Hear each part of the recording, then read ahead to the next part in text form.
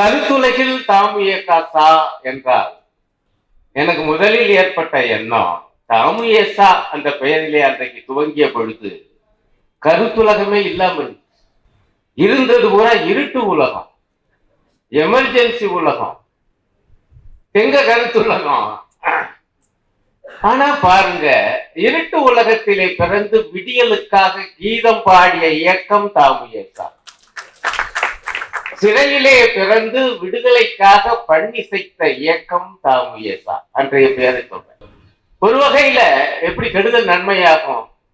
எமர்ஜென்சியா போட்ட அவசர நிலை ஆட்சியா, பேச்சுரிமை இல்லையா, எழுத்துரிமை இல்லையா, மொத்தத்தில் கருத்துரிமை இல்லவே இல்லையா? ஆனாலும் நாங்கள் பேசுவோம், பாடுவோம், ஆடுவோம், எழுதுவோம், கருத்துரைப்போம் என்று நாங்கள் கிளம்பினோம். அன்றைய காலகட்டத்திலே இருந்தவர்கள் எனக்கு எத்தகைய ஆவேசம் அன்றைக்கு எங்கள் நெஞ்சிலே இருந்தது. கணவனை இழந்ததினாலே கண்ணகி சீற்றம் நியாயம், ஆடையை இழந்ததினாலே திரௌபதியினுடைய சபதம் நியாயம், அனைத்தையும் இழந்ததாலே எங்களுடைய ஆவேசம் நியாயம், நியாயம், நியாயம். தனியை செல்வன் கவி அரங்கத்துல அப்படி கொந்தளிப்போட பாடுவார். எனக்கு இன்னும் அந்த காட்சி அப்படியே மனசுல இருக்கு. அவருடைய உருவத்துக்கு அவருடைய குரலுக்கு சம்பந்தம் இருக்காது. நம்முடைய செந்திலை போல. நீங்க செந்திலாதவருடைய குரலை கேட்டுட்டு அவரை பார்த்தா அப்புறம் எப்படி இருக்கும்? அப்படிதான் அநேகமா தனியும். ஆனால் அவர் மேடை ஏறி கவியரங்கத்திலே கவிதை வாசித்தார். அப்படியே நம்முடைய உள்ளமெல்லாம் ஒரு மாதிரி நடுங்கும். அது ஒண்ணு சில்லிட்டு போகாது, மாறாக ரத்தம் கொதிக்கும். அத்தகைய மகத்தான கவி பாடிகளை அன்றைக்கே தந்த இயக்கம் நம்முடைய தாமு ஏகாசா. அதுவும் கூட சொன்னாங்க, அருமையான முறையில தமிழ் சொன்னார் தோழ சங்கரையா. மிக கச்சிதமான அந்த வழிகாட்டுதலை தந்தார். படைப்பை பார், படைப்பாளியை பார்க்காதே. ஒருவேளை படைப்பாளி காலமான பிறகு நம்ம ஒட்டுமொத்தமா ஒரு முடிவு வரலாம். ஆனா உயிரோடு இருக்கும்போது படைப்பை பார், படைப்பாளியை பார்க்காதே. நாங்க படைப்புகளை பார்த்து பாராட்டி இருக்கிறோம், ஜெயகாந்தனையும் கண்ணதாசனையும், பல படைப்புகளை. ஆனால் அந்த காலத்துல அவர்கள் இந்த அவசர நிலை ஆட்சியை ஆதரித்தார்கள். ஆக தமிழ்நாட்டினுடைய மிகப்பெரிய கவிஞர், தமிழ்நாட்டினுடைய சிறுகதை மன்னன், அவர்கள் அவசர நிலையை ஆதரித்தார்கள் என்கிற காரணத்தினால் நாங்கள் ஆதரிக்கவில்லை, தாமு ஏசா ஆதரிக்கவில்லை. சொல்ல போனா அவங்களுக்கும் சேர்த்து நாம் அவசர நிலையை எதிர்த்து அவங்களுக்காகவும் எழுத்துரிமையை பெற்று தந்தோம். 2 ஆண்டுகளிலேயே அந்த காட்சி முடிந்தது. ஆகவே நம்மை பொறுத்தவரை கருத்துலகில் என்றால் முதலில் கருத்துலகம் வேண்டும், கருத்துரிமை வேண்டும். எழுத்தாளனை பொறுத்தவரையிலே எழுத்து உரிமை வேண்டும். இன்னொரு ஆச்சரியமான விஷயம், நம்முடைய அமைப்பு அற்புதமான பேச்சாளர்களை உருவாக்கியது. இப்ப எழுத்தாளர் சங்கம் பேச்சுரிமையை பற்றி, எழுத்துரிமை தானே எனக்கு தெரிஞ்சு இது அருமையான எழுத்தாளர்களை தந்தது மட்டுமல்ல, சில நேரங்கள்ல பிற இயக்கங்களுக்கு நம்ம சப்ளை பண்ணியிருக்கோம். அது ஒரு பக்கம் நடந்ததுக்கு வச்சுக்கிறது. ஆனால் இப்பவும் எண்ணி பார்த்தா தமிழ்நாட்டுல பிரபலமான எழுத்தாளர்கள் யார் என்று பார்த்தீங்கன்னா அவங்களுடைய தொப்புள் கொடி உறவு என்னவா இருக்கும்னா அந்த காலத்து தாமு ஏசாவா இருக்கும், கலைஞரவா. ஆகவே எழுத்துரிமை, பேச்சுரிமை, கருத்துரிமை, கலை உரிமை இவற்றுக்காக முதலில் குரல் கொடுப்பதே நம்முடைய கருத்துலகின் வேலையாக இருக்கும். பிறகு கருத்து என வரும் பொழுது நம்முடைய அமைப்பினுடைய பெயரே சிக்கலை. ஐயா, எழுத்தாளர் தானே, கலைஞன் கலைஞன் தானே, அதுல என்ன முற்போக்கு? உங்க அமைப்புக்கு ஏன் பெயரு தமிழ்நாடு முற்போக்கு எழுத்தாளர் சங்கம் என்று வைத்தீர்கள்? பிறகு ஏன் அதோடு கலைஞர்கள் என்பது பிற்காலத்துல இயல்பான ஒரு வளர் நிலையாக சேர்த்துக் கொள்ளப்பட்டது. ஆனால் முற்போக்கு எழுத்தாளர், பிற்போக்கு எழுத்தாளர்னு இருக்கியா? முற்போக்கு எழுத்தாளர், பிற்போக்கு எழுத்தாளர் என்ன இருக்கு? ஏன் புறம்போக்கு எழுத்தாளர் கூட உண்டு. அந்த காலத்துல நாங்க அப்படியே தான் பேசணும். இல்லைங்க, ஏன்னா அந்த காலத்துல இந்த ஆபாச எழுத்துக்கள் சொல்லி ஒரு 2-3 பேர் எழுதுனாங்க. ஒரு வார பத்திரிகையில பெரிய கூத்து நடந்துச்சு. 2 ஆபாச எழுத்தாளர்கள் ஒருத்தர் அடிச்சுக்கிட்டாங்க. நீ எழுதுற ஆபாச எழுத்து நல்லதா, சூப்பரா இருக்கா, நான் எழுதுறது நல்லதா இருக்கான்னு ஒரு பெரிய விவாதம்லாம் ஓடிச்சு. இதெல்லாம் பார்த்துதான் நாங்க சொன்னோம், எழுத்திலே முற்போக்கு, பிற்போக்கு, புறம்போக்கு உண்டு. நாங்கள் முற்போக்குக்காக நிற்கிறோம். ஒண்ணும் இல்ல, ரொம்ப எளிமையான விஷயம். ஐயா என்ன படிக்கிறோம், ரசிக்கிறோம், உன்னை பார்க்கிறோம், ரசிக்கிறோம். ஆனால் உங்களை அறியாமலேயே வாசகர்களோ ரசிகர்களோ உங்களுடைய உள்ளத்துக்குள்ளே ஏதேனும் ஒரு செய்தி போயிருக்கும் அல்லவா? அந்த செய்தி நல்லதா கெட்டதா? அவ்வளவுதான். நாங்க அகலமான நாங்க கால் வச்சிருக்கோம். முற்போக்கு என்றால் நீங்கள் தயவு செய்து ரொம்ப குறுகிய மனப்பான்மையோட அந்த காலத்துல இருந்தே தோழர் என்எஸும் கேஎம் எங்களுக்கு காட்டிய அந்த வழிகாட்டல். முற்போக்கு என்பதை தயவு செய்து சுருக்கி வைத்துக் கொள்ளாதே.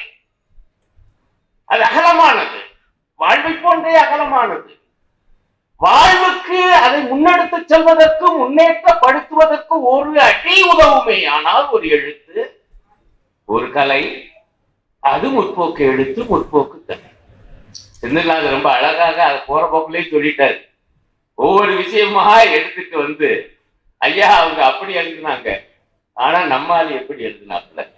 அப்ப அப்படி எழுதுனது பிற்போக்கு, இப்படி எழுதுனது முற்போக்கு. இன்னும் வேடிக்கை என்னன்னா, அவர் சொல்லும்போது கவனிச்சிருப்பீங்க, எடுத்துக்கொண்ட கருப்பொருள் ஒன்று, பாடுபொருள் ஒன்றுதான்.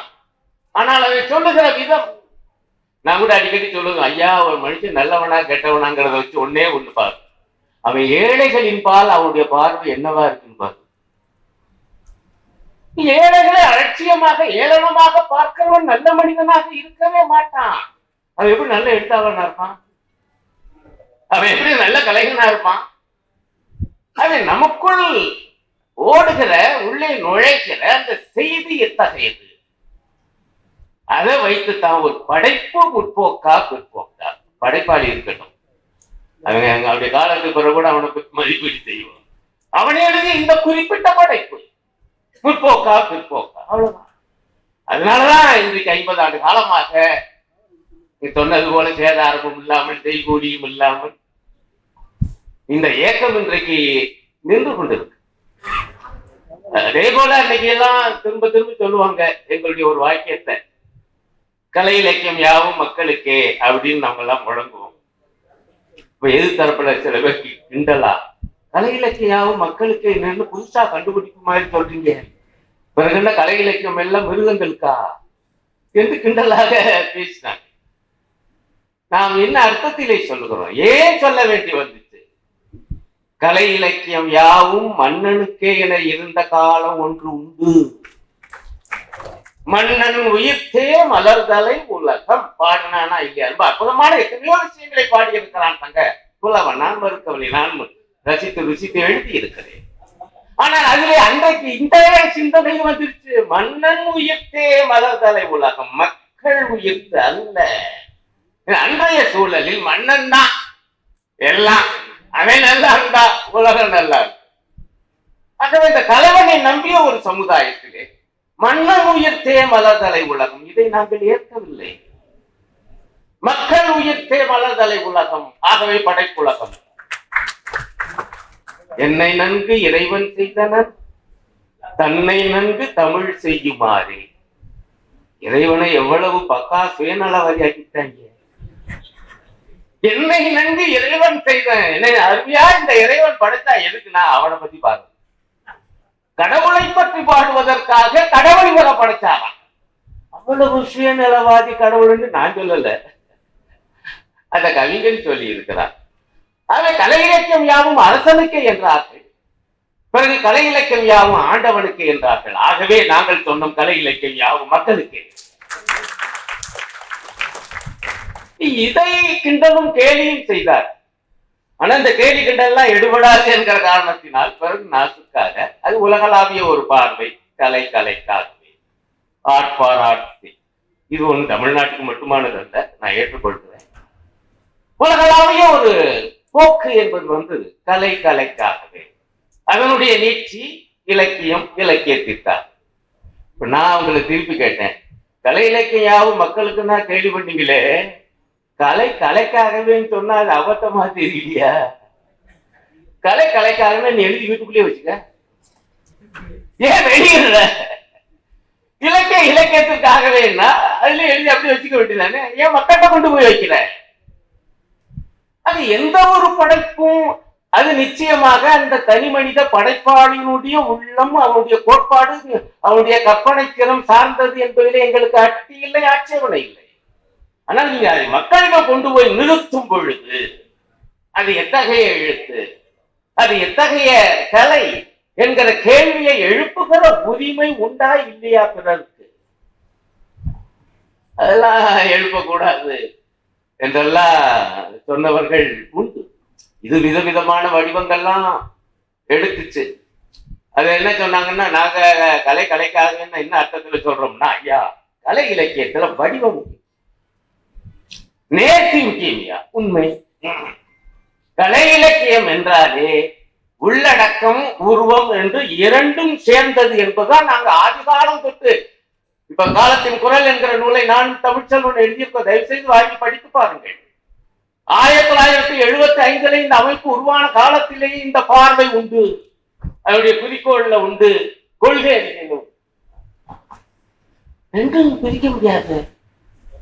இப்ப நான் ஒரு உரையாற்றுறதுக்கும் ஒரு கதை எழுதுறதுக்கு வித்தியாசம் இல்லையா? அப்ப அதுல ஒரு உள்ளடக்கம் மட்டும் பார்த்தா அது எப்படி இலக்கியமாகும்? ஆகவே அந்த உள்ளடக்கமும் உருவ அழகும் பிரிக்க முடியாதது. இலக்கியம் என்றாலே அலங்காரம்,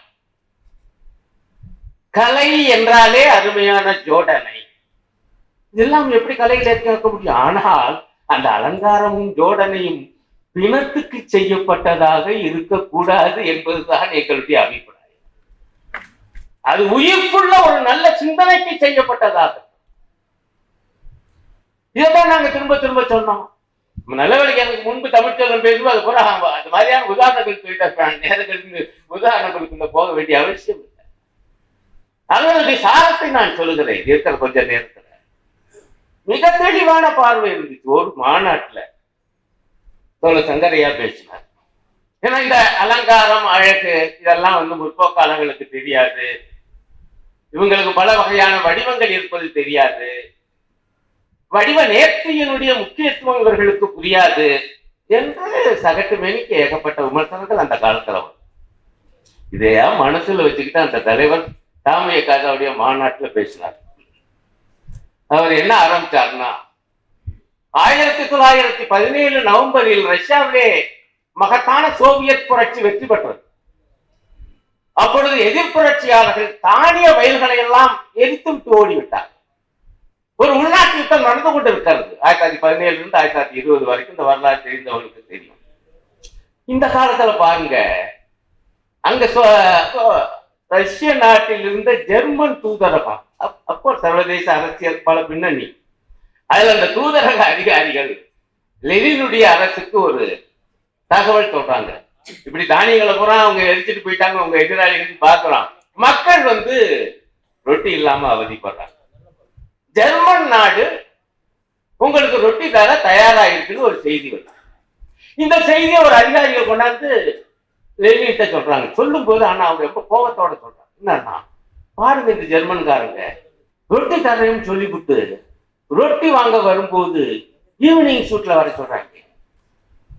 நம்ம பாட்டாளி வர்க்க அரசை இப்பதான் உருவாக்கிருப்போம், இவன் சொல்ற மாதிரி ஈவினிங் ஷூட்ல ஏன் போகணும், அது ரொட்டியும் வேணாம் ஒண்ணு வேணாம் லெனின்கிட்ட சொல்லும் போது லெனின் பூராத்தையும் கேட்டுக்கிட்டு, மக்கள் பட்டினியோடு இருக்காங்க, எதிராளி இப்படி பண்ணிட்டான், எதிர் புரட்சியாளர்கள் இப்படி பண்ணிட்டான், அவன் ஈவினிங் ஷூட் தாண்டி போட்டு வர சொன்னான், நீ வேணா பாவாடை கூட கட்டிட்டு போ, ஆனா ரொட்டி வேணும்.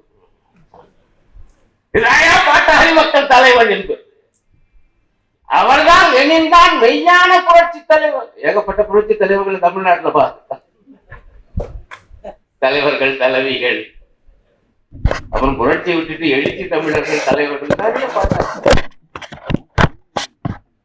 அது இன்னொரு நாட்டுக்காரன் ஏதோ ஒரு கோணத்திலே இருந்து ரொட்டி தரையும் சொல்லும்போது ஈவினிங் ஷூட் போட்டுட்டு வான்னு ஒரு கண்டிஷன் வச்சா அது ஒரு பெரிய பிரச்சனையா? சொல்றபடி போ, பாவாடை கட்டிட்டு வானா கூட கட்டிட்டு போ, இந்த காட்சியை வர்ணிச்சார். எங்க எழுத்தாளர் சங்க மாநாட்டுல சொல்லிவிட்டு, நான் இவ்வளவு நேரமும் கலை இலக்கியத்தினுடைய வடிவங்கள் பற்றி பேசிக் கொண்டிருக்கிறேன்.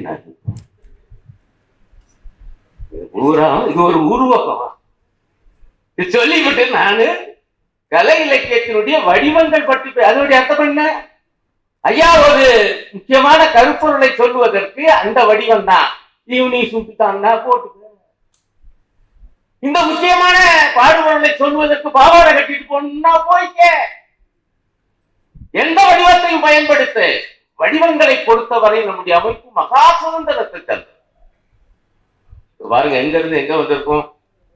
எங்களை போல பழைய ஆளுகள்லாம் உங்களுக்கு இந்த ரேப் பாடெல்லாம் நம்ம மேடையில வரும்னு நினைச்சவா, நல்லா தானே இருந்துச்சு.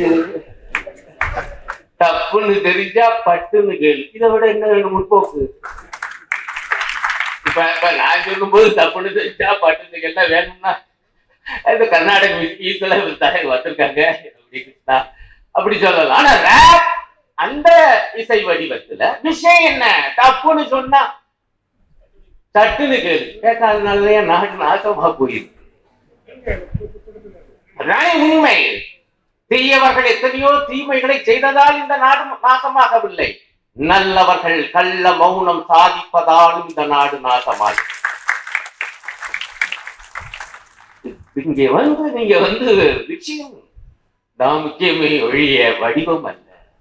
இதுக்கு சோவியத் யூனியன்ல இருந்து இப்படி ஒரு காட்சியை சொல்லி இது ஒரு உருவகமாக மாற்றினார் என்றால் அந்த மகத்தான தலைவருடைய ஆற்றலை தயவு செய்து நினைத்துப்பார்.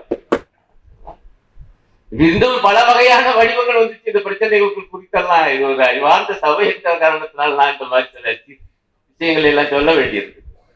இது இன்னொரு வடிவம் எடுத்தது. இப்ப கூட யாரும் கலைக்காக யாரும் பேசுறது இல்லை. ரொம்ப படிச்சுன்னு ஜெயமோகன் கூட அப்படி பேசுறது இல்லைன்னு நினைக்கிறேன். வேற பாயிண்ட்ல பேசுறாரு. தமிழ்ல நாவலே வரலன்னு அப்படி ஒரு கோடு போட்டார் கொஞ்ச நாளைக்கு.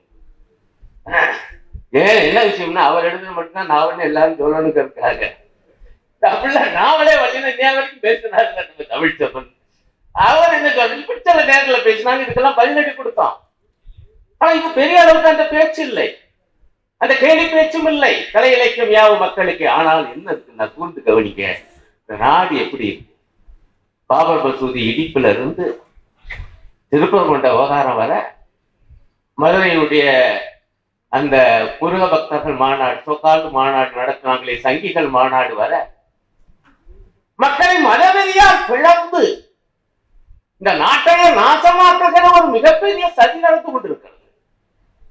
ஆனால் நான் கேட்கிறேன், எத்தனை எழுத்தாளர்கள், எத்தனை கலைஞர்கள் இவற்றையெல்லாம் பாடுறாங்க, பேசுறாங்க, எழுதுறாங்க.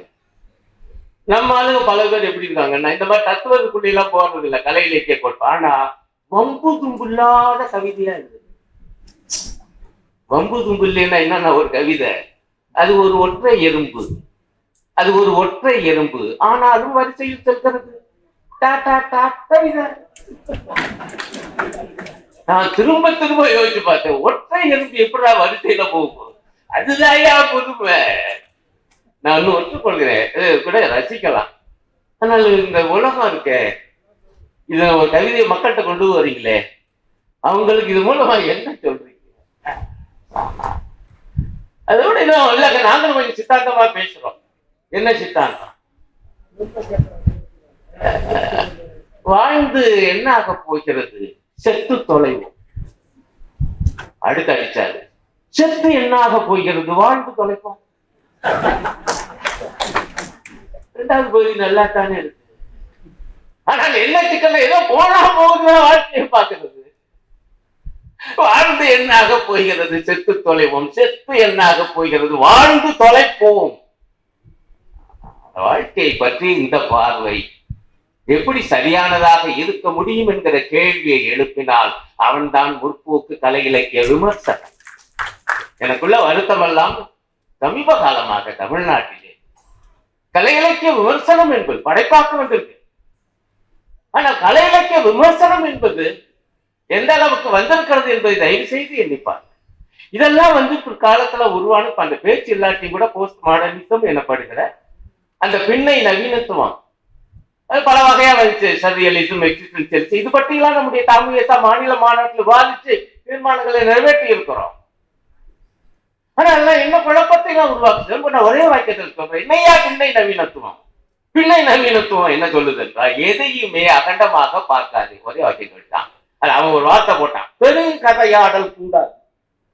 அதாவது ஒட்டுமொத்தமான சமுதாயம் எப்படி இருக்கிறது, அது எதை நோக்கி போகிறது என்று பார்க்காது, வெட்டி வெட்டி கூறு போட்டு போட்டு கடைசியா ஒரு மனுஷன்ல வந்து அந்த மனுஷன் அவனுடைய மன உலகம், அதை பத்தியே பாடு பேசி எழுது போதுங்க. இதை சொன்னது யார் தெரியுமா? கோயம்புத்தூர் தாமுயசா மாநாட்டிலே வந்து இந்த போஸ்ட் மாடர்னிசம் பற்றி அற்புதமான உரையாற்றிய ஒரு அரசியல் தலைவர் தோழர் சீதாராம் யெச்சூரி. நமக்கு ஆட்டம் வழிகாட்டிகள் எத்தனையோ. எனக்கு ரொம்ப பெருமைக்கோ நினைப்பேன் அவருடைய உரையை நான் தமிழாக்கம் பண்ணேன்.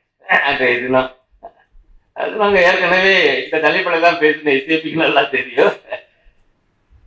இந்த தலைப்புல மார்க்சிஸ்ட் கம்யூனிஸ்ட் கட்சியுடைய அன்றைய பொதுச் செயலாளர் வந்து கலை இலக்கியவாதிகள்கிட்ட போஸ்ட் மாடர்னிசம் பற்றி ஒரு சரியான பார்வையை முன்வைத்தார். தனிய வழிகாட்டல் செய்யும் விஷயத்தை நீங்கள் வெறும் தனிமனித உளவியலாக கடைசியில் கொண்டு போய் நிறுத்துவீர்கள். உண்மை, நான் மறுக்கவில்லை. உளவியல் தேவை, உளவியல் இருக்கு. நீங்க நான் என்ன மறுக்கிறது? அகம் என்பது உண்டு. தமிழனுக்கு அந்த மரபு உண்டையா. அகம் 400, புறம் 400. எப்படி நம்மால் அப்பவே ரெண்டும் உண்டியா? ஆனால் புறமே இல்லாத அகம் உண்டா?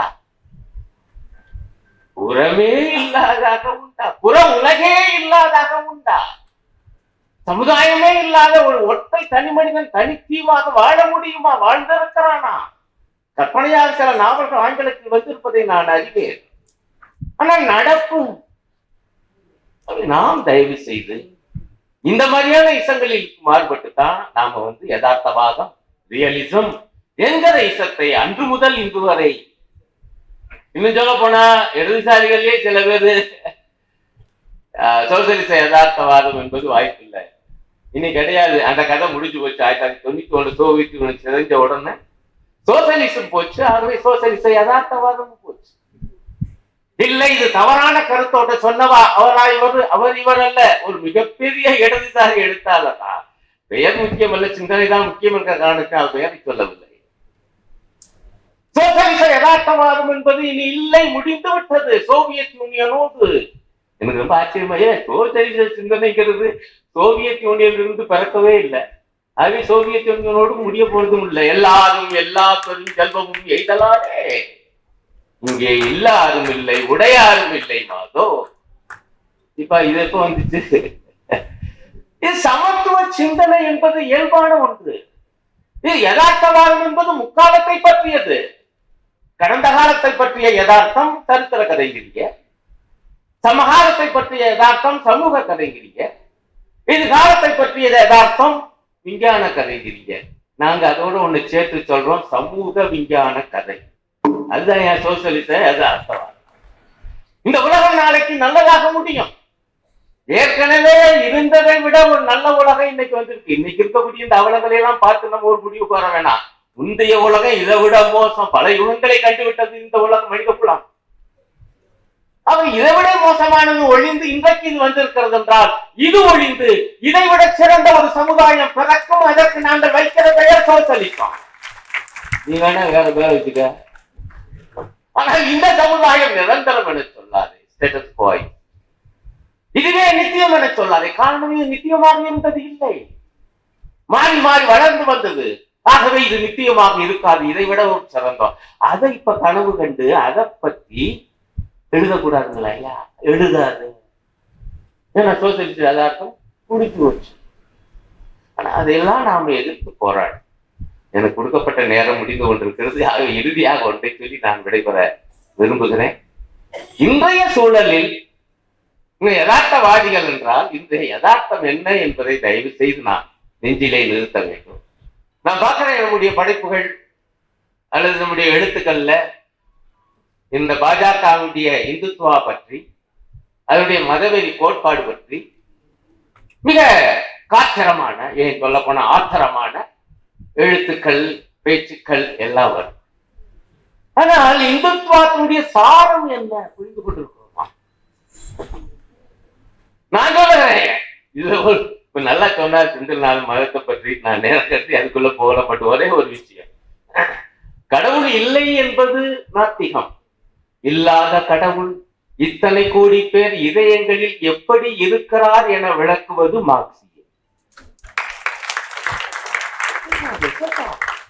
ரெண்டுக்கு வித்தியாசம் இருக்கு, ஆனா இணைப்பு இருக்கு. கடவுள் இல்லை என்பதை மார்க்சியம் சொல்லுது, அதோட அது நிறுத்திக்கல. இல்லாத கடவுள் இத்தனை கோடி பேர் நெஞ்சிலே இருப்பது எப்படி? இந்த கேள்வியை எழுப்பி பக்தர்களையும் மத உணர்வு உள்ளவர்களையும் மதவெறிக்கு எதிராக திரட்டுவது. இந்துத்துவா என்கிற சொல்லிலே இருக்கக்கூடிய இந்து, அந்த பாதி சொல் பல பேரை குழப்பக்கூடிய ஒரு சூழல். நான் அந்த வார்த்தையை பயன்படுத்தவே கிடையாது.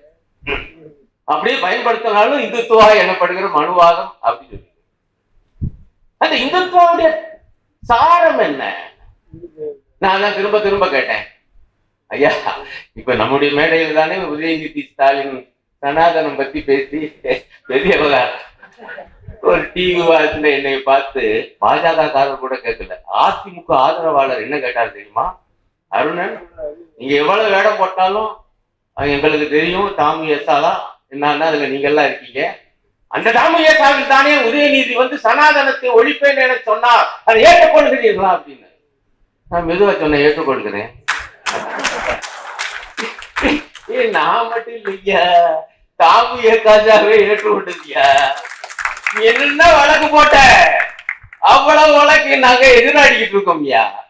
ஆனால் ஒரு விஷயத்தை தெளிவா இருக்கும், சனாதனம் வேறு, இந்து மதம் வேறு. ஏன் இந்துத்துவாங்கிற சொல்லுல உள்ள சிக்கலை சொல்றேன். சனாதனம் வேறு, இந்து மதம் வேறு. நான் நேரத்துக்கு டீடைல்ஸ் கொள்ள இப்ப ஒரு ஒரு ஒரு உபன்யாசருடைய பேச்சு வலைத்தளங்கள்ல பூரா வந்து, தயவு செய்து கிடைச்சா அதை பாருங்க. அவர் ரொம்ப கோபமா ஒருத்தர்கிட்ட ஒரு ஆங்கர் அவர்கிட்ட கேள்வி கேட்கிறாரு, என்னங்க நாங்களும் இந்துக்கள் தானே, ஏன் உங்க வேதங்களை எல்லாம் எங்களுக்கு சொல்லித்தர மாட்டேங்கிறீங்க? அவருக்கு ரொம்ப கோபம். அந்த சனாதனி இங்க வர வேதங்களை பூரா எல்லாம் இதுக்கும் சொல்லித்தர முடியாது. இவர் குழம்பிட்டாயே, நானும் இது தானே, நீங்களும் இது தானே. அவர் சொன்ன பதில், நான் இந்து அல்ல, நான் சனாதனி. இருக்கு, வந்துகிட்டே இருக்கு அந்த. அப்படின்னா சனாதனம் வேறு, இந்து மதம் வேறு. இது ஒரு கலவை, இவருடைய பன்மைத்தன்மை. இங்க இந்த நாட்டிலே பல மதங்கள் உள்ள பன்மைத்தன்மை உண்டு. இந்து மதத்துடைய விசேஷ நிலைமை என்னன்னா, அந்த மதமே ஒரு பன்மைத்தன்மை. அதுல இந்த சனாதனிகள் அவங்களுடைய பழைய பேரு வேத மதம். அப்படித்தான் மணிமேகலையில இருக்கு, நீலகேசியில இருக்கு. இவன் சொன்னாரு, நான் வைதிக மதத்தவன் தான் சொல்லுவனே ஒழிய இந்து மதத்தவன் சொல்ல மாட்டேன். நான் சொன்ன இதையா வேணும், நாங்க சனாதனத்தை தான் எதிர்க்கிறோம் ஒழிய இந்து மதத்தை அல்ல. காரணம், மக்களுக்கு மத உரிமை உண்டு. ஆனா சனாதனம் என்பது இந்து மதத்துக்குள்ளே புகுந்து கொண்டு ஆதிக்க விளையாட்டு நடத்துகிறது, சாதியத்தை நிலைநிறுத்த பார்க்கிறது, பெண்ணடிமைத்தனத்தை நிலைநிறுத்த பார்க்கிறது, சமஸ்கிருத மயமாக்கலை நிலைநிறுத்த பார்க்கிறது. இந்த கூறுகளைத்தான் நாங்கள் எதிர்க்கிறோமே ஒழிய ஒட்டுமொத்தமான இந்து மதத்தை அல்ல. அதை கூடிய இப்போதைய தற்காலத்திய வேலையும் அல்ல. நான் மிக மிக சரியான பாதை செல்வோம். என்னுடைய கவலை எல்லாம் இந்த மாதிரியான நுணுக்கமான விஷயங்கள் இன்னும் எளிய முறையில நான் கூட அடிக்கடி அந்த ஒரு வாக்கியத்தை கேட்பது உண்டு, எளிய விஷயத்தையும் சிக்கலாக்கி விடுவான் அறிஞன், சிக்கலான விஷயத்தையும் எளிமையாக்கி சொல்லுவான் கலைஞன். ஆனா இப்ப என்ன விவகாரம்னா, நம்ம கலைஞனை அறிஞனாக பார்க்கிறோம், நாமளும் சிக்கலாக்க பார்க்கிறோம். எளிமையாக்குங்கள். எளிமை என்பது அழகினுடைய விரோதம் அல்ல. ஆனா வந்து ஒரு 19 சொன்னாதான் நான் திரும்ப திரும்ப சொல்லுகிறேன். அதுதான் பாரதியுடைய பாடல்கள் எது 19 இருக்கியா, அப்புறம் கான்கிரீட். ஆனால் அதனுடைய இலக்கிய அழகுக்கு எவன் போட்டு போட முடியும்? ஆனா அவங்க வந்து விஷயங்களை படிச்சுன்னு சொல்வதில்லை, அது உட்கூரை புடுங்கி எடுத்து எளிமையாக சொல்லுவது. இதுதான் முற்போக்கு கலைஞன் எழுத்தாளருடைய வேலை.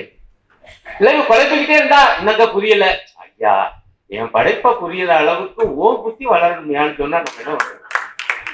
ராஜா ராமாமிர்த ஒரு நூலுடைய முன்னுரையில எழுதினாரு, என்னுடைய எழுத்துக்கள் சில புரியவில்லை என்கிறார்கள், இன்று புரியாவிட்டாலும் நாளை புரியும், நாளை புரியாவிட்டாலும் நாளை மறுநாள் புரியும். ஒரு நாளும் புரியாமல் போனால்தான் என்ன முடிச்சுட்டாரு. முன்னுரையில் இருக்கு. நம்ம இதெல்லாம் எடுத்து கையாண்டு இருக்கோம். முற்போக்க எழுத்தாளர்கள் இன்றைய வாழ்வுடைய யதார்த்தம். எவ்வளவு பெரிய ஆபத்து இன்றைக்கு இந்தியாவை சூழ்ந்து கொண்டிருக்கிறது. ஒரு சனாதன ஆட்சி 11 ஆண்டு காலமாக தொடர்ந்து நடக்கிறது. அதற்கான எதிர்ப்பு தமிழ்நாட்டுக்கும் கேரளாவிலும் இருக்கிற காரணத்தினால் இந்த 2 மாநிலங்களை குறிவைத்து அவர்கள் எப்படி தாக்குகிறார்கள்? இந்த உண்மையை சொல்ல வேண்டாமா முற்போக்கு எழுத்து? இந்த உண்மையை சொல்ல வேண்டாமா முற்போக்கு படைப்பு? இன்னும் ஒன்றை சொல்லி முடிப்பேன். இது சனாதனம் என்பது வெறும் சனாதனமா இல்லாத நம்மளா புரிஞ்சுக்கணும். இங்கே சனாதனம் பெருமுதலாளித்துவத்துடன் கைகோர்த்து வருகிறது. சனாதனிகளுக்கும் அதானிகள் அம்பானிகளுக்கும் இடையிலான அந்த கள்ள உறவு அல்ல, நேரடி உறவு. அதை நாம் எடுத்து சொல்கிறோமா? எந்த அளவுக்கு எடுத்து சொல்லி இருக்கிறோம்? ஒண்ணுமே இல்லைங்க. 2 நாளைக்கு முன்னாடி போன வாரம் நினைக்கிறேன், ஐயாவுக்கு தெரியும், அவருடைய ஒரிசாவில் பூரி ஜெகநாதர் தேர் திருவிழா. பார்த்தா 300 பேர் 400 பேருக்கு காயம், ஒரே நெருக்கடி நெரிசல். பிறகு உள்ள வருது செய்தி, தேர் வந்துட்டே இருந்துச்சான், தவக்க நிப்பாட்டாங்க. அதனால நெரிசல். ஏன் நிப்பாட்டான்? அதானி இன்னும் வரலையா, அவர் வந்து இழுத்தாத்தான் தேர் வரும். இந்த ஆட்சி ஆண்டவனுக்கு தருகிற முக்கியத்துவத்தை விட அதானிக்கு தருகிறது. நன்றி, வணக்கம்.